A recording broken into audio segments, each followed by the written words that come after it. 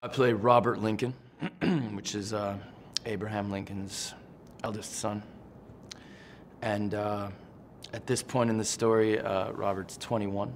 He's going to Harvard. And he's a rare bird because he's not fighting in the Civil War, and everybody else is fighting. As he says, you know, you drafted half the men in Boston. So that puts him in a really awkward position. You know, being that privileged and that fortunate, he's lucky to not be fighting, because who wants to go fight in this horrible bloody war where you could die? But at the same time, he's become a bit of a pariah. As far as doing research, I mean, first of all, Mr. Kushner has done a great deal of research, and I have spoken to him quite a lot. It's been great getting to know him and seeing how passionate he is. And he knows so much about not just this period of time that the story of this film is about, but he knows so much about the entire family history, and really just about the entire time. He also just knows a great deal about American history in general, and things in general. I was more keyed into the people that are working on this project and learning what I could from them. And everyone's got their own perspective, you know, everyone's, you know, like I was talking to Sally Field, and she's really learned a lot about Mary. Stephen knows a great deal about all this stuff. So yeah, just speaking with the different people that I'm working with about the story and about the character has been really illuminating for me. Yeah, well, when they first sent me the script, I assumed it would be a biopic, you know, from the childhood to the end of the life of Abraham Lincoln, which I was looking forward to reading.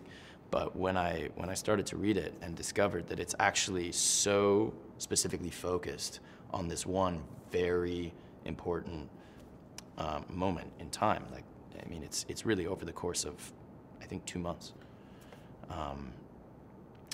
But the crux of Mr. Lincoln's presidency and legacy, where he managed to pass the 13th Amendment in the context of the Civil War, that to me, for me, that's more my taste of movies, because then it becomes a real political intrigue and really about something even larger than one man. When they offered me the role, we had a little exchange via text message, which was, first of all, just a delight. He was such a sweet and generous guy with his words. But also, it's a little bizarre to be text messaging with someone that I've idolized for years of my life, who, you know, I'm an actor, I really love acting, and this is a guy who has mastered the craft to such a degree that it's profoundly inspiring to watch him do what he does.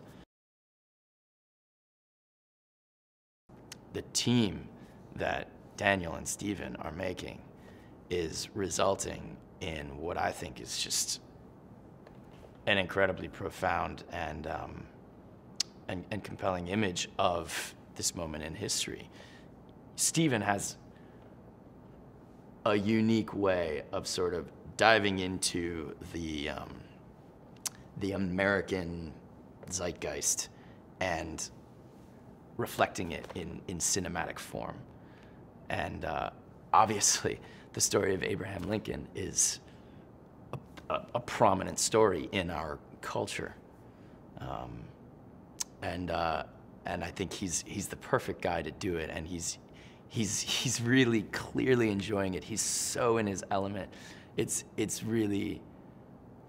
fun to see a director having so much fun. It doesn't always happen that way.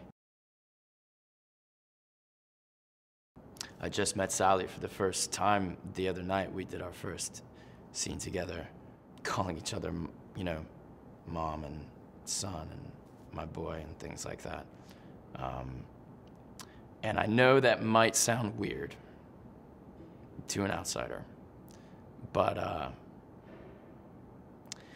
she certainly pulls it off. I mean, when I think of her right now, I think of her in a huge dress and speaking with a refined Kentucky accent.